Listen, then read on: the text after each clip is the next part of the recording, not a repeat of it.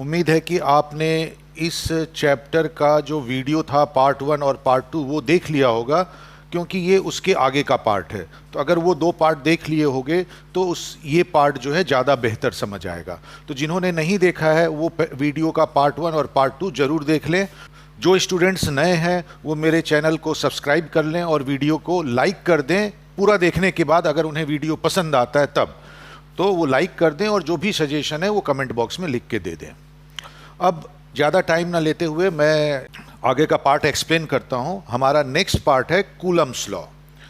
तो जो अभी तक हमने चार्ज का कॉन्सेप्ट पढ़ा और किसी बॉडी पे चार्ज हम कैसे डेवलप कर सकते हैं, सिंपल प्रोसेस उसका पढ़ा। अब इसका नेक्स्ट स्टेज है कि हमने ये तो देख लिया था कि हमने ये तो ऑब्जर्व कर लिया था कि चार्जेस आपस में फोर्स लगाते हैं। Like charge repel each other and unlike charge attract each other. तो ये तो हमें पता चल गया था कि चार्जेस फोर्स लगाते हैं, पर कितना लगाते हैं, फोर्स की क्वांटिटी जब 2 चार्जेस फोर्स लगाएंगे तो कितनी होगी, वो किन किन चीज़ों पे डिपेंड करती है, ये हमें नहीं पता था। तो इसे सबसे पहले कूलम्स ने इसका जो मैथमेटिकल रिलेशन है फोर्स का, वो कूलम ने सबसे पहले निकाला था, और इसीलिए फोर्स बिटवीन द चार्जेस इसको हम कूलम्स लॉ के नाम से जानते हैं। तो force between the charges is given by the Coulomb's law.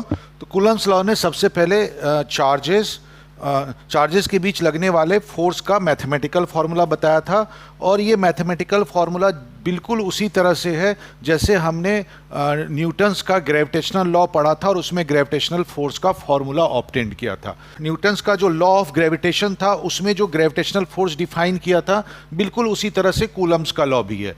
तो पहले हम न्यूटन्स का ग्रेविटेशनल फोर्स का फार्मूला देख लेते हैं, और फिर देखेंगे वो चार्जेस से कैसे रिलेटेड है। अगर उन दोनों को कंपेयर करके तुम ऑब्जर्व करोगे तो याद रखना भी आसान होगा कि अगर एक फार्मूला याद रहेगा तो फिर दूसरा फार्मूला भी इजीली याद रहेगा।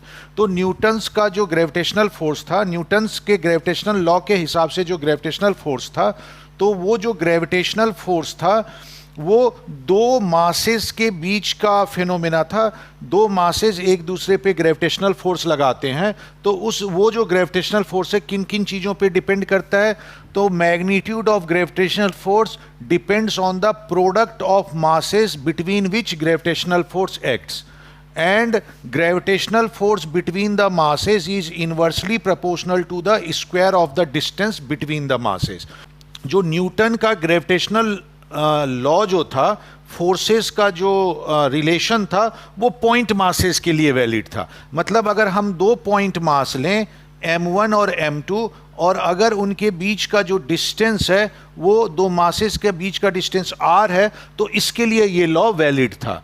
मतलब जो 2 पॉइंट मासेस के बीच लगने वाला gravitational force is directly proportional to the product of masses, mass के प्रोडक्ट के डायरेक्टली प्रोपोर्शनल होता है, and gravitational force between the mass is inversely proportional to the square of the distance, उनके बीच के डिस्टेंस के स्क्वायर के inversely proportional होता है। तो ये था हमारा gravitational force between the 2 masses. तो सिमिलर वे में कूलम्स ने भी चार्जेस के बीच लगने वाले इलेक्ट्रिक फोर्स का mathematical relationship, mathematical formula obtain किया, और उसने देखा कि वो फार्मूला भी यही पैटर्न फॉलो करता है। अगर हमारे पास 2 पॉइंट चार्ज हैं, अगर हम 2 पॉइंट चार्ज लें Q1 एंड Q2, और सपोज उनके बीच का डिस्टेंस r है, तो कूलम्स ने ऑब्जर्व किया कि इन दोनों चार्ज के बीच लगने वाला फोर्स उन चार्जेस के मैग्नीट्यूड के प्रोडक्ट के डायरेक्टली प्रोपोर्शनल होगा। Force between 2 charge is directly proportional to the product of their magnitude. क्योंकि यहां मैं फोर्स का मैग्नीट्यूड बता रहा हूं, तो इसलिए यहां पे मैंने चार्ज का भी मैग्नीट्यूड यूज किया है। चार्ज का जो साइन है बेसिकली फोर्स की डायरेक्शन बताने में यूज होगा, इसलिए मैंने यहां मैग्नीट्यूड, चार्ज का मैग्नीट्यूड लिया है, क्योंकि मैं सिर्फ फोर्स के मैग्नीट्यूड को देख रहा हूं। तो पहला पार्ट इसका था, force between the charges is directly proportional to the product of the magnitude of charges, और दूसरा पार्ट है force between two charges is directly proportional to the square of the distance between them, जो कि हमारा gravitational force में भी मिला था। तो बिल्कुल सिमिलर नेचर फॉलो करते हैं। तो ये दो था। अच्छा, ये जो दूसरा पार्ट है, electric force between two charges is directly proportional to square of the distance between them, ये क्या बता रहा है कि जैसे जैसे डिस्टेंस बढ़ाएंगे फोर्स कम होता जाएगा। इन्वर्सली प्रोपोर्शनल है तो डिस्टेंस बढ़ाने पे फोर्स कम होता जाएगा, बट जीरो कभी नहीं होगा। अगर फोर्स को जीरो होना है तो उसको कहां तक ले जाना पड़ेगा, आर को फिर तुम्हारा अप्रॉक्सीमेट इनफाइनाइट तक ले जाना पड़ेगा। आर होना चाहिए इनफाइनाइट, तब फोर्स की value approaches to zero, nearly zero हो पाएगा। तो इसका मतलब है कि electric force between the two charges जो है वो कभी जीरो नहीं होगा। अगर डिस्टेंस बढ़ाते जाओगे दो चार्जेस का तो फोर्स कम होता जाएगा, बट जीरो कभी नहीं होगा। या सिंपल वे में समझने के लिए हम बोल सकते हैं फोर्स की वैल्यू जीरो होगी जब डिस्टेंस इनके बीच इनफाइनाइट हो जाएगा, उस समय हम फोर्स को जीरो मान सकते हैं। तो इससे रिजल्ट क्या निकला कि electric force is long range force. अच्छा, ये दोनों फोर्स सिमिलर है, दोनों फोर्स दो सिमिलर नेचर के ऑब्जेक्ट के बीच लग रहा है और दोनों नेचुरल फोर्सेस हैं। ये जो दोनों फोर्स है, ये दोनों फोर्स सिमिलर नेचर के ऑब्जेक्ट के बीच लग रहा है और दोनों नेचर में एग्जिस्ट करते हैं, नेचुरल फोर्स हैं, इसलिए फॉर्मूला भी सिमिलर ऑब्टेंड हो रहा है। नेचर में ऐसा ही होता है। जैसे ग्रेविटेशनल फोर्स है वो मासेस का बीच का फिनोमेना है, तो दो सेम मास, दो मास के बीच ये लग रहा है, इसमें जैसा बिहेवियर है मासेस का, सेम यहाँ पे भी जो इलेक्ट्रिक फोर्स है वो दो चार्जेस के बीच लग रहा है, उसका बिहेवियर भी उसी तरह से होगा। तो नेचर में अगर नेचर में कोई चीज एग्जिस्ट करता है तो वो सिमेट्री फॉलो करता है, जो कि यहां पे हमें दिख रहा है। अब इसको और आगे एक्सटेंड करते हैं।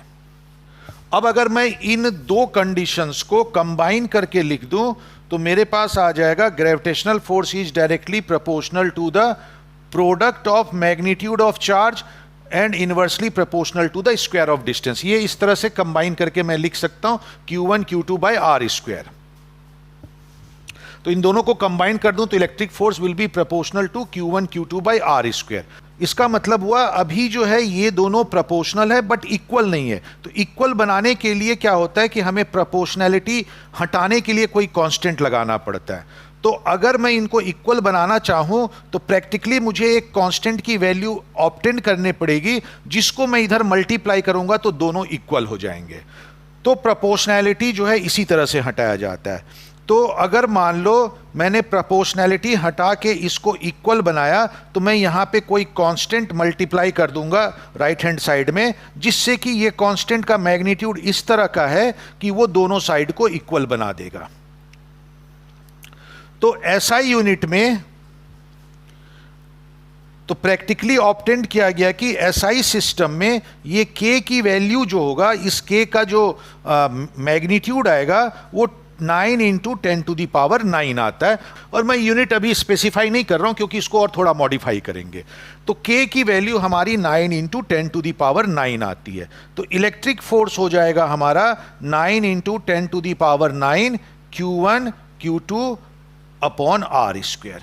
तो SI सिस्टम में ये हमारा फोर्स का फॉर्मूला हो गया, फोर्स के मैग्नीट्यूड का फॉर्मूला हो गया। अब यहां पे जो कांस्टेंट है तो उस कांस्टेंट को हम थोड़ा सा मॉडिफाई करते हैं और अब यहां जो कांस्टेंट ऑफ प्रोपोर्शनैलिटी है उसको हम लिखते हैं 1/4πε0। और अब इसको हम डिस्कस करेंगे कि ऐसा क्यों लिखा, बट इससे हमारा जो इलेक्ट्रिक फोर्स है उसका मैग्नीट्यूड आ जाएगा 1/4πε0 Q1 Q2 by R square. जहां पे ε0 क्या है, ε0 को हम बोलते हैं permittivity of free space, permittivity of free space. तो ये टर्म क्यों आया, तो परमिटिविटी ऑफ फ्री स्पेस से सबसे पहले समझते हैं क्या होता है। तो ये देखा गया कि ये दो चार्ज जो हैं r डिस्टेंस पे रखा है, तो अगर इनके बीच का मीडियम चेंज कर देंगे तो इन दोनों चार्जेस के बीच लगने वाला फोर्स भी चेंज हो जाएगा। अगर हम दो चार्ज लें Q1 Q2 और उनको R डिस्टेंस पे ही रखते हुए, मतलब दोनों वही चार्ज रहेंगे, उनके बीच का डिस्टेंस भी R ही रहेगा, लेकिन उसको अलग अलग मीडियम में रख दें। जैसे एक बार इन दोनों चार्जेस को मैंने एयर में या वैक्यूम में रखा, एक बार इसको उठा के वाटर में रखा, एक बार इन दोनों चार्जेस को उतने ही डिस्टेंस पे रखते हुए ऑयल में रख दिया, मतलब इनके बीच का जो मीडियम चेंज हो गया। तो ये देखा गया कि फोर्स की वैल्यू भी चेंज हो जाती है। अब फोर्स की वैल्यू क्यों चेंज हो रही होगी? तो फोर्स की वैल्यू चेंज हो जाती है, इसका मतलब ये हुआ कि मीडियम की कोई ना कोई प्रॉपर्टी ऐसी है, मीडियम भी अपना इफेक्ट डाल रहा है, मीडियम की एक प्रॉपर्टी आ रही है जो फोर्स को चेंज कर दे रही है। दो चार्ज के बीच लगने वाला फोर्स जो है वो मीडियम पे भी डिपेंड कर रहा है, मीडियम की प्रॉपर्टी भी उस फोर्स पे इफेक्ट डाल रही है। तो एप्सिलॉन नॉट जो है बेसिकली उस मीडियम की प्रॉपर्टी को बताता है। तो यहां पे ग्रेविटेशनल फोर्स और इलेक्ट्रिक फोर्स में डिफरेंस आ गया।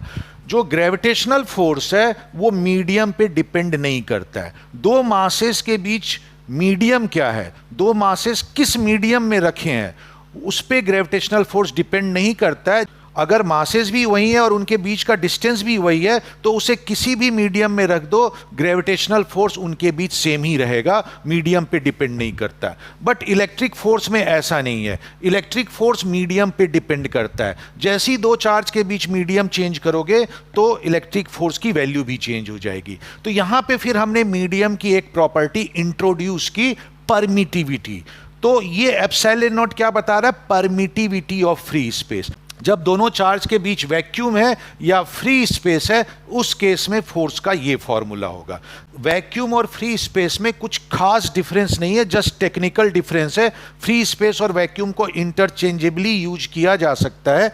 मैं वैक्यूम टर्म यूज कर रहा हूं क्योंकि उससे समझाना आसान होता है, बट बुक वगैरह में फ्री स्पेस वर्ड यूज हुआ है, तो इसलिए लिखते समय तुम फ्री स्पेस लिखना, वैक्यूम मत लिखना। जस्ट समझाने के पर्पज से मैं वैक्यूम लिख रहा हूं और दोनों में कोई खास डिफरेंस भी नहीं है। तो ये वैक्यूम में या फ्री स्पेस में फोर्स का ये फॉर्मूला हो गया। तो K की वैल्यू जो कांस्टेंट ऑफ प्रोपोर्शनैलिटी कितना आएगा इक्वल बनाने के लिए, वो हम ऑब्टेन कर चुके थे। अब उसके बाद जो है हमने 1/4 पाई एप्सिलॉन नॉट जो है K की वैल्यू इंट्रोड्यूस कर दी। तो K की वैल्यू हमने 1/4 पाई एप्सिलॉन नॉट इंट्रोड्यूस कर दी, और K को इस टर्म में रखने का कुछ रीजन है कि हमने अब K को सिंपल K भी रखा जा सकता था, ये रखने का ये रखने की जरूरत क्या पड़ी? तो K भी रखा जा सकता था। ये हाँ, इस तरह के इस फॉर्म में हम कांस्टेंट को इसलिए रख रहे हैं क्योंकि इससे, इसकी हेल्प से, फोर्सेस, इस फॉर्मूले की हेल्प से जब हम आगे जो डेरिवेशन वगैरह करते हैं जैसे गॉसेस लॉ वगैरह का, तो उसमें अगर फोर्स का ये वाला फॉर्मूला यूज किया जाए तो कैलकुलेशन वगैरह सिंपल हो जाता है। इसलिए हमने जो कांस्टेंट को इस तरह के फॉर्म में रखा। जैसे 4 पाई नहीं रखते तो भी कोई प्रॉब्लम नहीं था, लेकिन 4 पाई इसलिए रखा क्योंकि गॉसेस थ्योरम वगैरह आगे डेरिवेशन, गॉसेस थ्योरम या आगे जब हम डेरिवेशन करेंगे तो उसमें स्फेरिकल सिमेट्री आती है, उसमें हम सिलेंडर यूज करते हैं, स्फीयर यूज करते हैं, और सिलेंडर और स्फीयर की जो भी प्रॉपर्टी होगी उसमें पाई आएगा। जैसे सिलेंडर का सरफेस एरिया जो होगा, सिलेंडर का कर्व्ड सरफेस एरिया वो होगा 2 पाई RH, सिलेंडर का जो वॉल्यूम है वो होगा तुम्हारा पाई R²H। तो इस तरह से सब में ये पाई वाला टर्म आता है। स्फीयर का सरफेस एरिया होगा 4 पाई R²। तो वहां पे डेरिवेशन करते समय फॉर्मूला सिंपल हो जाए, इसलिए हमने 1/4 पाई एप्सिलॉन नॉट रखा ताकि पाई पाई कट जाए और डेरिवेशन वगैरह, और वहां पे जो, तो डेरिवेशन और वहां पे जो हमें फॉर्मूला या कंडीशन ऑब्टेंड होंगी वो सिंपल वे में ऑब्टेंड हो। तो इसलिए यहां पे पाई रखा, अदरवाइज कोई जरूरी नहीं था रखना। तो बेसिकली फ्री स्पेस में हमारा इलेक्ट्रिक फोर्स का ये फॉर्मूला हो गया 1/4 pi epsilon not Q1 Q2 by R²। Epsilon not permittivity of free space है। अब यहां पे हम एक तो एप्सिलॉन नॉट को डिफाइन कर दिया, अब एप्सिलॉन नॉट की वैल्यू असाइन कर, एप्सिलॉन नॉट का यूनिट और उसकी क्या वैल्यू होगी वो देखते हैं। एप्सिलॉन नॉट है परमिटिविटी ऑफ फ्री स्पेस। तो हमें K का वैल्यू पता है कि वो 9 इंटू 10⁹ है। k की जगह मैंने 1/4 पाई एप्सिलॉन नॉट रखा, और उससे जब मैं एप्सिलॉन नॉट की वैल्यू निकालता हूं तो एप्सिलॉन नॉट की वैल्यू आती है 8.85 इंटू 10⁻⁻12। तो एप्सिलॉन नॉट का मैग्नीट्यूड 8.85 इंटू 10⁻⁻12 आता है। अच्छा, इसका यूनिट क्या होगा? तो यहां से हम यूनिट आइडेंटिफाई, अगर यहां से हमें यूनिट निकालना हो तो क्या करेंगे? तो एप्सिलॉन नॉट के लिए हम फॉर्मूला लेते हैं और उसके बाद उससे यूनिट निकल आएगा।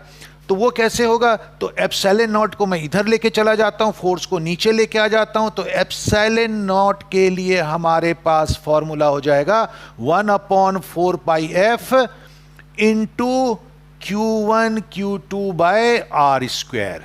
यहां Q1 और Q2 मैग्नीट्यूड है, तो ये आ गया। अब यहां से इजीली हम यूनिट ऑब्टेंड कर सकते हैं।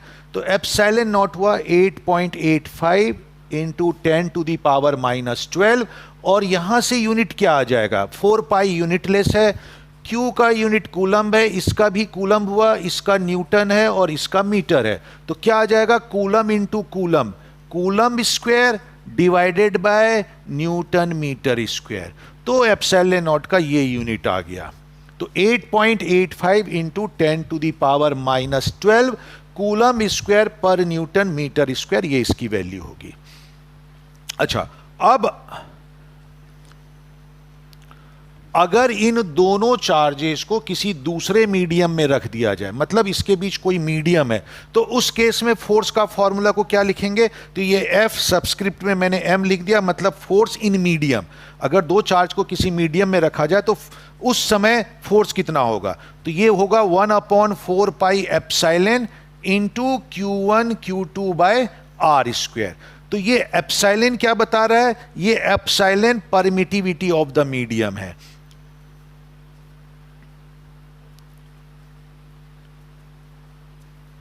परमिटिविटी ऑफ मीडियम मतलब ये बता रहा है कि जब उस मीडियम में चार्जेस को रखेंगे तो ये फोर्स पे कितना फर्क डालेगा। ये मीडियम की प्रॉपर्टी है जो ये बताता है कि मीडियम की वजह से फोर्स पे कितना फर्क पड़ेगा।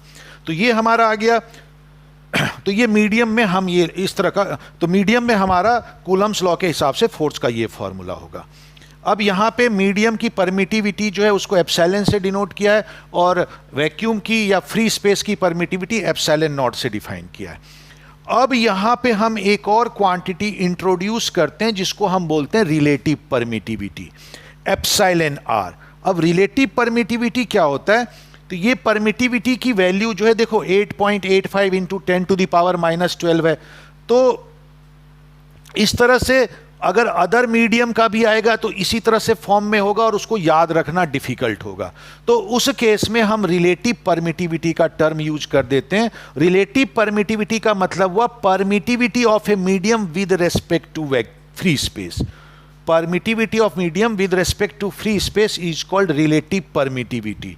तो किसी भी मीडियम की परमिटिविटी फ्री स्पेस के टर्म्स में हम निकाल लेते हैं। उससे क्या होगा? चीज़ें आसान हो जाएंगी। जैसे एटम्स के मासेस को कंपेयर करना है तो हम वो रिलेटिव मास का टर्म वहाँ यूज कर देते हैं। जैसे हीलियम का मास हम बोलते हैं 4 है। 4 का मतलब क्या हुआ? वो 4 times the atomic mass unit है। इसका मतलब जो स्मॉलेस्ट मास था 1 AMU, उसको 1 मानते हुए बाकी एटम्स का मास हमने डिफाइन किया। इससे क्या होता है कि वो नंबर्स के फॉर्म में आ जाते हैं और बड़ी वैल्यू हमें याद नहीं रखना होता है। इसी तरह से यहाँ भी है। जब रिलेटिव परमिटिविटी बोल रहा हूँ इसका मतलब permittivity of medium with respect to vacuum है। मतलब वैक्यूम की परमिटिविटी को 1 मानते हुए बाकी परमिटिविटी को डिफाइन कर देते हैं हम। तो उससे क्या होता है कि इस तरह का छोटा नंबर जो याद रखने में डिफिकल्ट है वो नहीं करना पड़ता है, बल्कि रिलेटिव परमिटिविटी हमारा नंबर्स के फॉर्म में आ जाता है जिनको याद रखना आसान है। तो रिलेटिव परमिटिविटी क्या हुआ? Ratio of the permittivity of medium to the permittivity of free space is called relative permittivity of the medium. और क्योंकि रिलेटिव परमिटिविटी दो सेम नेचर वाले क्वांटिटी का रेशियो है तो देयरफॉर इसका कोई यूनिट नहीं होगा, ये यूनिटलेस क्वांटिटी है। और इस तरह से जब हम रेशियो में ऑप्टेंड करते हैं, मतलब इसको 1 मानते हुए इसकी वैल्यू ऑप्टेंड कर दी जो नंबर्स के फॉर्म में आता है, और वो याद रखना इजी होता है। जैसे वाटर की जो रिलेटिव परमिटिविटी है वो 80 है। वाटर की रिलेटिव परमिटिविटी 80 होता है, तो वाटर की एब्सोल्यूट परमिटिविटी जो एक्चुअल परमिटिविटी है वो क्या होगा? तो वाटर की एक्चुअल परमिटिविटी जो है, अगर वाटर की रिलेटिव परमिटिविटी 80 है, वाटर की एक्चुअल परमिटिविटी एप्सिलॉन से डिनोट किया है, और ये वैक्यूम की परमिटिविटी है, ये फ्री स्पेस की परमिटिविटी है, तो जो वाटर की परमिटिविटी होगी वो relative permittivity into free space की परमिटिविटी हो जाएगी, मतलब epsilon R into epsilon naught. तो इसका मतलब हुआ वाटर की परमिटिविटी होगी 80 इंटू वैक्यूम की परमिटिविटी। तो ये जब टोटल सॉल्व करोगे तो ये वाटर की परमिटिविटी आएगी। यूनिट मैं नहीं लिख रहा हूं, यूनिट अपना लगा लेना। तो वाटर की परमिटिविटी इसको मल्टीप्लाई करने से आएगा। तो देख रहे हो नंबर जो है तुम्हारा डिफिकल्ट होगा याद रखना, 80 याद रखना आसान है, तो इसलिए हमने रिलेटिव परमिटिविटी का टर्म यूज किया। अच्छा, अब ये तो था स्केलर फॉर्म में मैग्नीट्यूड का, ये तो हमने मैग्नीट्यूड का डिस्कस कर दिया। दो चार्जेस को जब एक सर्टेन डिस्टेंस पे रखेंगे तो उस पर फोर्स कितना लगेगा, तो ये हमने यहां डिस्कस कर लिया मैग्नीट्यूड के बारे में। लेकिन उस फोर्स के डायरेक्शन को भी हमें देखना पड़ेगा कि क्योंकि फोर्स तो वेक्टर क्वांटिटी है, तो फोर्स की डायरेक्शन क्या है तो वो भी हमें बताना होगा। तो अब इसी दो चार्ज के बीच लगने वाले फोर्स को वेक्टर फॉर्म में रिप्रेजेंट करते हैं, जिसको बोलते हैं Coulomb's law in vector form. तो अब कूलम्स लॉ को हम वेक्टर फॉर्म में रिप्रेजेंट करेंगे।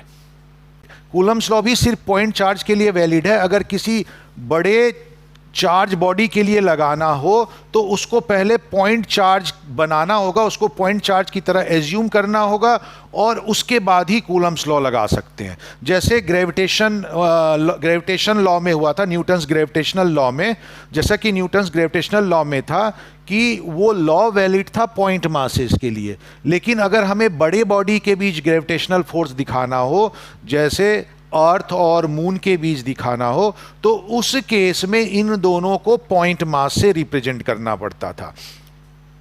तो न्यूटन ने फिर उसको सारा कैलकुलस मेथड से वो कैलकुलेट करके उसने बताया कि अगर मास डेंसिटी में ज़्यादा वेरिएशन ना हो तो सारे मास को उसके सेंटर पे कंसंट्रेटेड माना जा सकता है, और इस तरह से उसके सारे मास को जब हम सेंटर पे कंसंट्रेट मान लेते हैं तो वो पॉइंट मास की तरह बिहेव करने लगता है।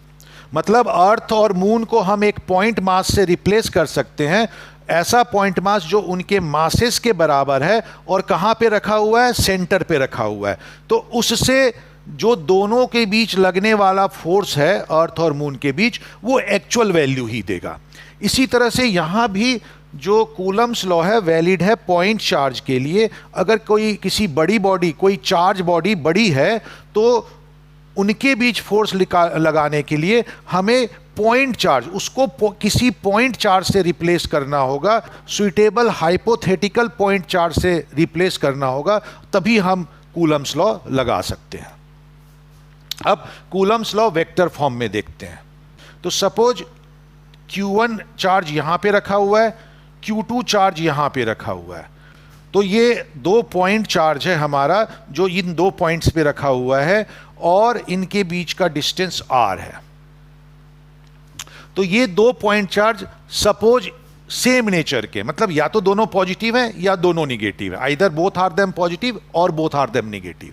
अगर ऐसा है तो उस केस में क्या होगा, तो ये जो दोनों चार्ज हैं वो एक दूसरे सेम नेचर के हैं, इसलिए एक दूसरे को रिपेल करेंगे।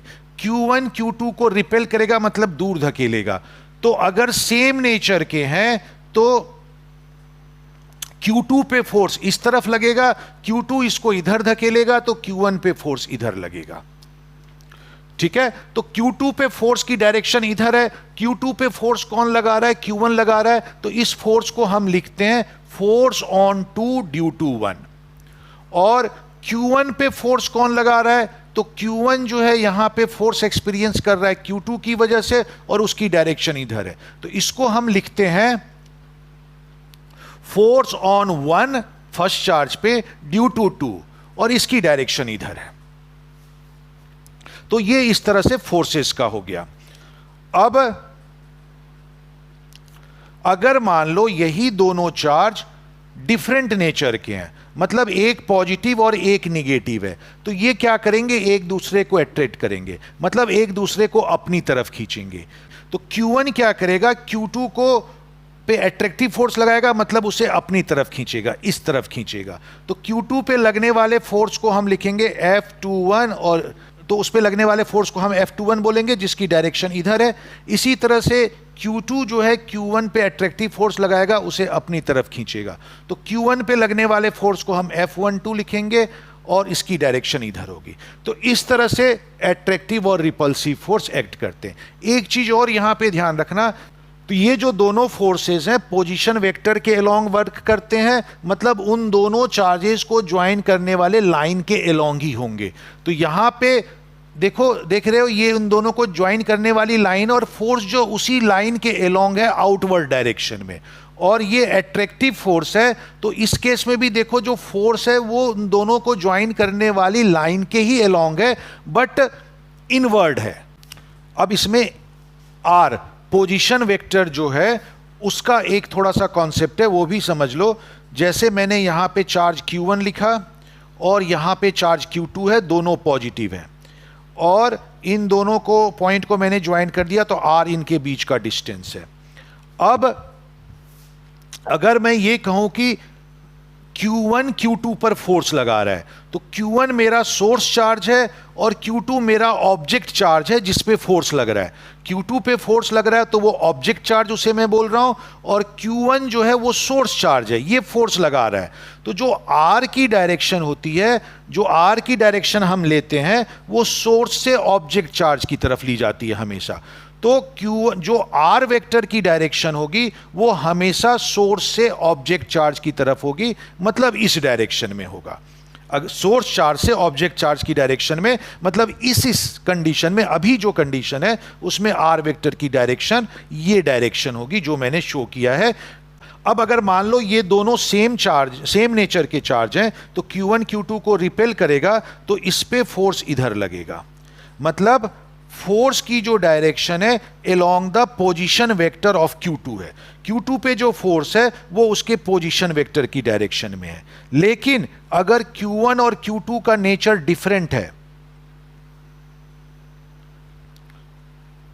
Q1 और Q2 का नेचर डिफरेंट है, मतलब Q1 पॉजिटिव और Q2 निगेटिव है, तो R वेक्टर इस केस में भी अगर मैं ये कंसीडर कर रहा हूं कि Q1 Q2 पे फोर्स लगा रहा है, मतलब मैं जिस फोर्स की बात कर रहा हूं वो है Q1 जो Q2 पे लगा रहा है। तो Q1 सोर्स चार्ज हुआ, Q2 ऑब्जेक्ट चार्ज हुआ। तो Q1 जो है Q2 पे किधर फोर्स लगाएगा, तो Q2 को अपनी तरफ खींचेगा, तो फोर्स की डायरेक्शन ये होगा। तो 2 पे यहां फोर्स की डायरेक्शन ये होगा, जबकि R वेक्टर Q2 का जो पोजीशन वेक्टर है, तो वो उसकी डायरेक्शन क्या होगी, तो पोजीशन वेक्टर की डायरेक्शन हमेशा सोर्स चार्ज से ऑब्जेक्ट चार्ज की तरफ होगी। मतलब R वेक्टर की डायरेक्शन Q1 से Q2 होगी, जबकि फोर्स की डायरेक्शन Q2 से Q1 की तरफ है। इसका मतलब ये हो गया कि अगर चार्जेस अपोजिट नेचर के हैं तो उनके बीच लगने वाला फोर्स जो पोजीशन वेक्टर है उसके अपोजिट होता है, ये याद रखना। और क्योंकि इस इंफॉर्मेशन का यूज हम बाद में कई जगह पे करेंगे सिंपल फॉर्मूला लिखने के लिए, तो जब भी चार्ज डिफरेंट नेचर के होते हैं तो उस केस में जो अट्रैक्टिव फोर्स है वो पोजीशन वेक्टर के अपोजिट होता है। सेम नेचर के हैं तो रिपल्सिव फोर्स लगेगा और वो पोजीशन वेक्टर की डायरेक्शन में होगा। अच्छा, इसका मतलब हुआ अगर दो चार्ज सेम नेचर के हैं तो उन पे फोर्स रिपल्सिव लगेगा, और रिपल्सिव फोर्स को, सपोज ये दोनों चार्ज पॉजिटिव है तो हम Q1 को सोर्स चार्ज ले रहे हैं और Q2 को ऑब्जेक्ट चार्ज ले रहे हैं, और फाइंड आउट करना चाह रहे हैं कि सेकंड पे फर्स्ट चार्ज कितना फोर्स लगा रहा है। तो सेकंड पे फर्स्ट चार्ज इधर फोर्स लगाएगा, इसको मैं रीड करूंगा F21। तो whenever force is repulsive, R vector के टर्म्स में इस फोर्स का फॉर्मूला, अगर फोर्स रिपल्सिव है तो इस फॉर्म में लिखा जा सकता है के Q1 Q2 by R vector का मैग्नीट्यूड का स्क्वायर इनटू इसकी डायरेक्शन जो होगी आर वेक्टर की डायरेक्शन में है तो आर का यूनिट वेक्टर होगा। लेकिन अगर यही दो चार्ज एक दूसरे से आर डिस्टेंस पे हैं और पोजीशन वेक्टर आर वेक्टर है, मतलब 2 का position with respect to 1, second charge का position with respect to first charge वो आर वेक्टर है, और सपोज ये दोनों चार्ज डिफरेंट नेचर के हैं, Q1 पॉजिटिव है और Q2 निगेटिव है, और इस केस में हम फोर्स को रिप्रेजेंट करना चाहते हैं। तो इस केस में फोर्स एट्रैक्टिव होगा। सपोज Q1 सोर्स चार्ज है और Q2 ऑब्जेक्ट चार्ज है, और हम Q1 का फोर्स Q2 पर निकालना चाहते हैं, मतलब Q2 जो फोर्स एक्सपीरियंस्ड कर रहा है Q1 की वजह से। तो क्योंकि एट्रैक्टिव फोर्स होगा, Q1 Q2 को अपनी तरफ एट्रैक्ट करेगा, तो उसकी डायरेक्शन फोर्स की ये होगी। तो F21 की डायरेक्शन आर वेक्टर के अपोजिट है। F21 वेक्टर की डायरेक्शन जो Q2 की पोजीशन वेक्टर है विद रेस्पेक्ट टू Q1 उसके अपोजिट है। तो इसलिए F21 को इस केस में हम लिखेंगे के Q1 Q2 divided by R vector के मैग्नीट्यूड का स्क्वायर, ये तो मैग्नीट्यूड हो गया फोर्स का, और इसकी डायरेक्शन पोजीशन वेक्टर के अपोजिट है तो माइनस आर यूनिट वेक्टर लिख दिया जाता है। तो इस तरह से हम एट्रैक्टिव और रिपल्सिव फोर्स को रिप्रेजेंट कर सकते हैं। अब चार्ज के पोजीशन वेक्टर के टर्म्स में इन फोर्सेस को, कूलम्स फोर्सेस को कैसे रिप्रेजेंट करें ये मैं आगे बताऊंगा। सपोज हमने पॉइंट ए लिया और उस पे चार्ज Q1 है। इस पॉइंट की ओरिजिन के रेस्पेक्ट में पोजीशन वेक्टर है R1 वेक्टर।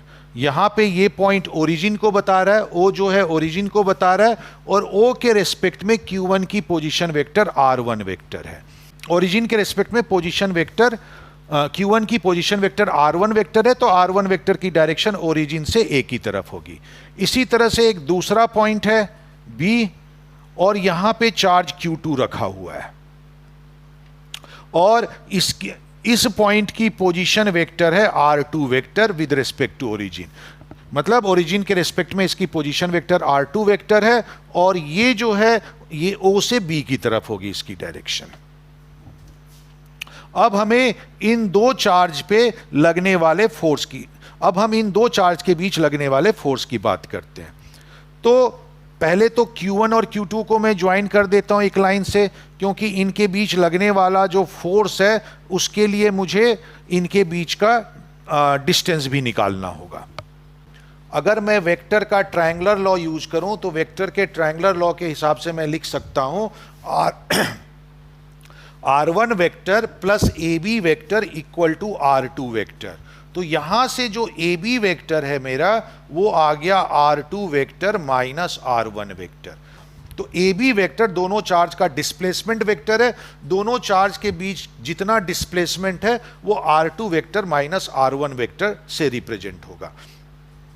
तो AB वेक्टर का जो मैग्नीट्यूड है वो हो जाएगा R2 vector minus R1 vector का मैग्नीट्यूड, मतलब ये दोनों के बीच जो है डिस्प्लेसमेंट का मैग्नीट्यूड है या इन दोनों के बीच डिस्टेंस है।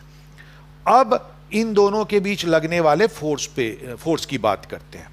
अगर suppose Q1 Q2 same nature के हैं तो वो एक दूसरे को रिपेल करेंगे, रिपल्सिव फोर्स लगाएंगे, मतलब Q1 की वजह से Q2 पे जो फोर्स है वो जो है Q2 पे फोर्स जो होगा वो अवे होगा, उनको ज्वाइन करने वाली लाइन के अलोंग ही होगा बट अवे होगा। तो इसको हम लिखते हैं F21। तो F21 वेक्टर की डायरेक्शन इधर होगी, along the line joining the two charges but away from it। इसी तरह से Q2 जो है जो Q1 पे लगाएगा फोर्स, तो उसकी डायरेक्शन भी क्या होगी, along the line joining the charges but away from it, और इसको मैं लिखता हूं F12। इसको हम लिखेंगे F12, force on one due to to.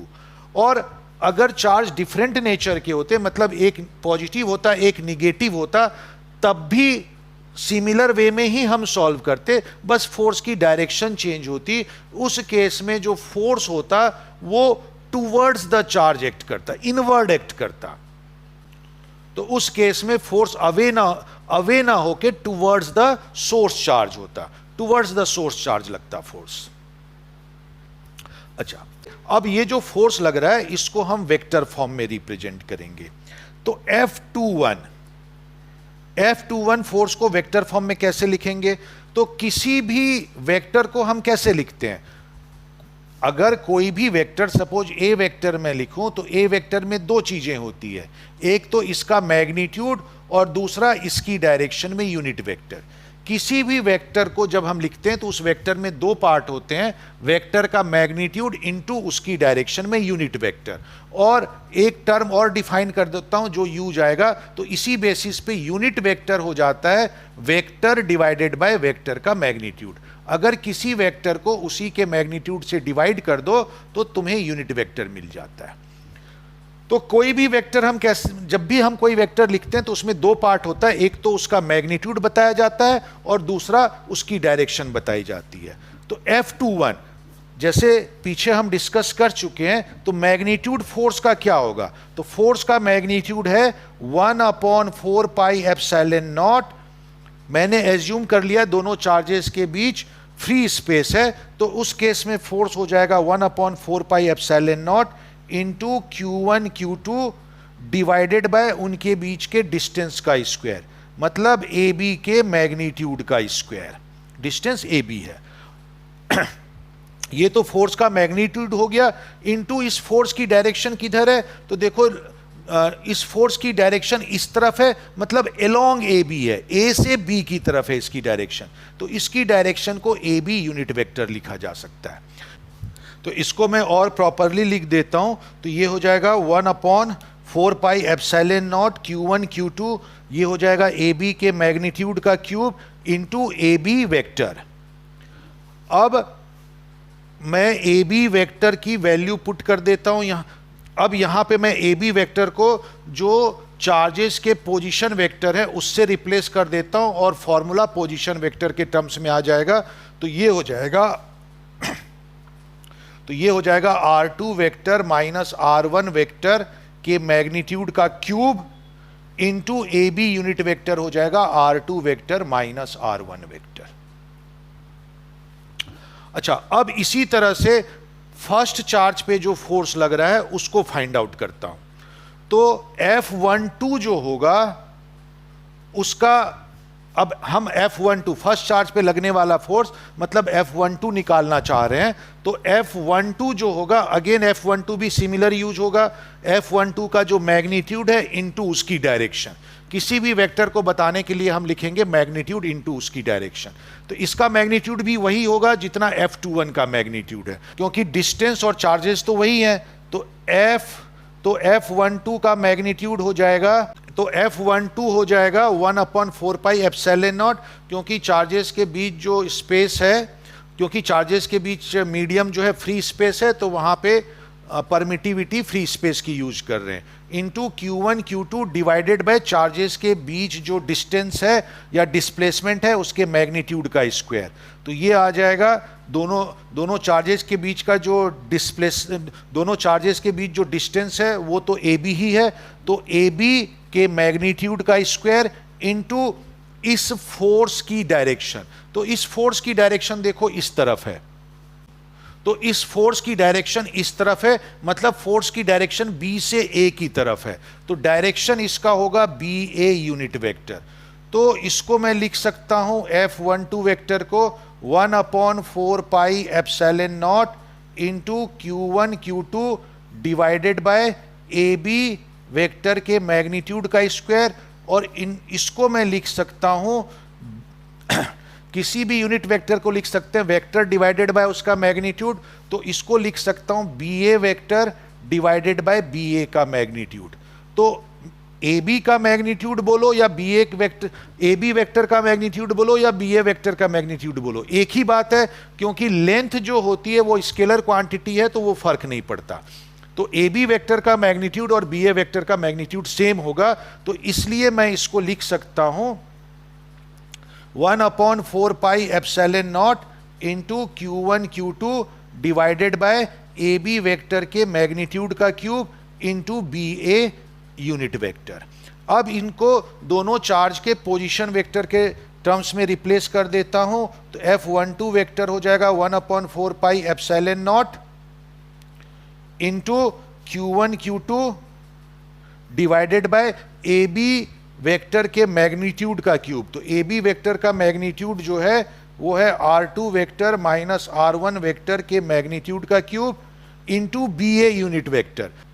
अच्छा, इसके अलावा जो बी ए वेक्टर और ए बी वेक्टर है उसमें क्या रिलेशन है? तो दोनों का मैग्नीट्यूड तो सेम है, लेकिन ए बी वेक्टर और बी ए वेक्टर की डायरेक्शन जस्ट अपोजिट है। तो हम लिख सकते हैं, जब ऐसा होता है तो हम बी ए वेक्टर को लिख सकते हैं माइनस ए बी वेक्टर। अगर दो वेक्टर एक दूसरे के जस्ट अपोजिट हैं तो एक वेक्टर को दूसरे का निगेटिव वेक्टर लिखा जा सकता है। तो B A vector minus A B vector होगा, तो वो यहां पे मैं लिख देता हूं माइनस ए बी वेक्टर।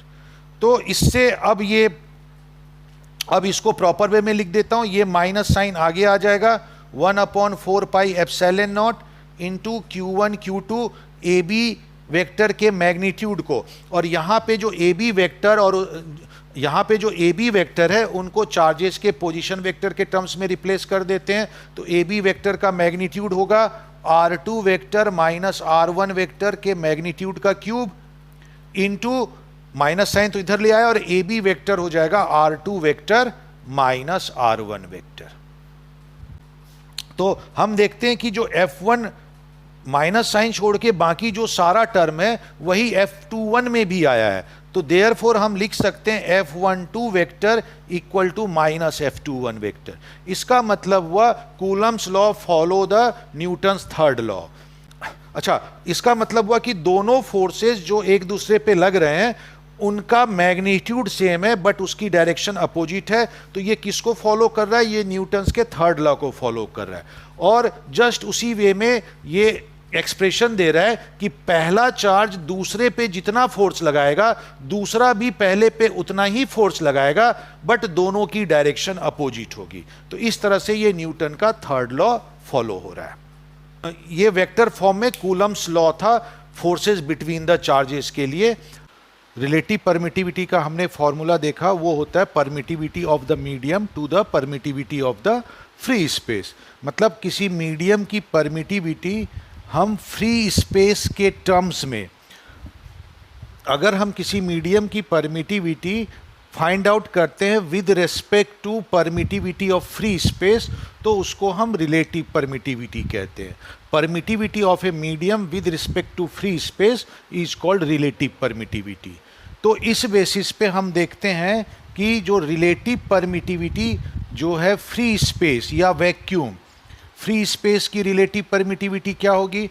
तो फ्री स्पेस की रिलेटिव परमिटिविटी होगी ε0/ε0 दैट इज 1। मतलब फ्री स्पेस की permittivity with respect to free space 1 आएगी, खुद के रेस्पेक्ट में 1 ही होना है। तो इसका मतलब हुआ कि किसी भी मीडियम की परमिटिविटी जब हम फ्री स्पेस की परमिटिविटी को 1 मानते हुए मेजर करते हैं, किसी मीडियम की परमिटिविटी को फ्री स्पेस की परमिटिविटी को 1 मानते हुए मेजर करते हैं, तो उसे हम मीडियम का रिलेटिव परमिटिविटी कहते हैं।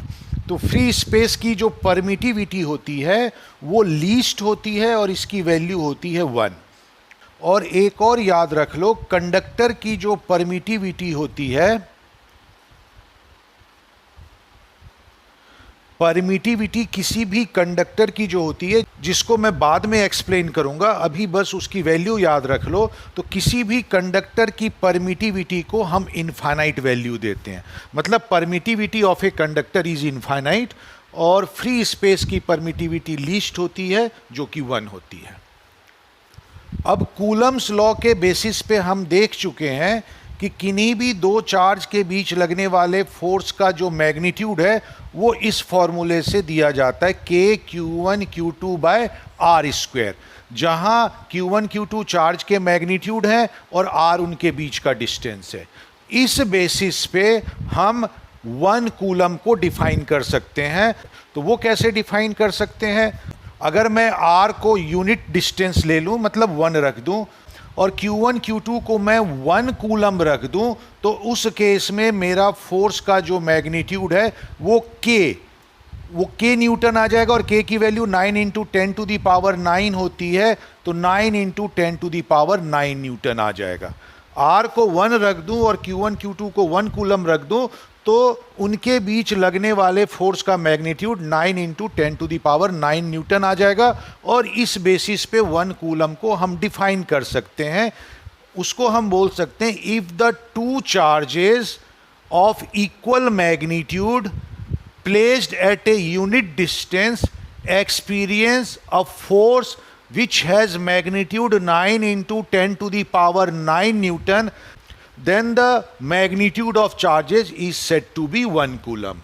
अगर दो चार्ज हम इक्वल मैग्नीट्यूड का लें, उनको यूनिट डिस्टेंस पे रखने पर अगर उनके बीच फोर्स का मैग्नीट्यूड 9 इंटू 10⁻9 न्यूटन आता है, तो वो जो चार्जेस हैं इक्वल मैग्नीट्यूड के, वो 1 कूलम होंगे।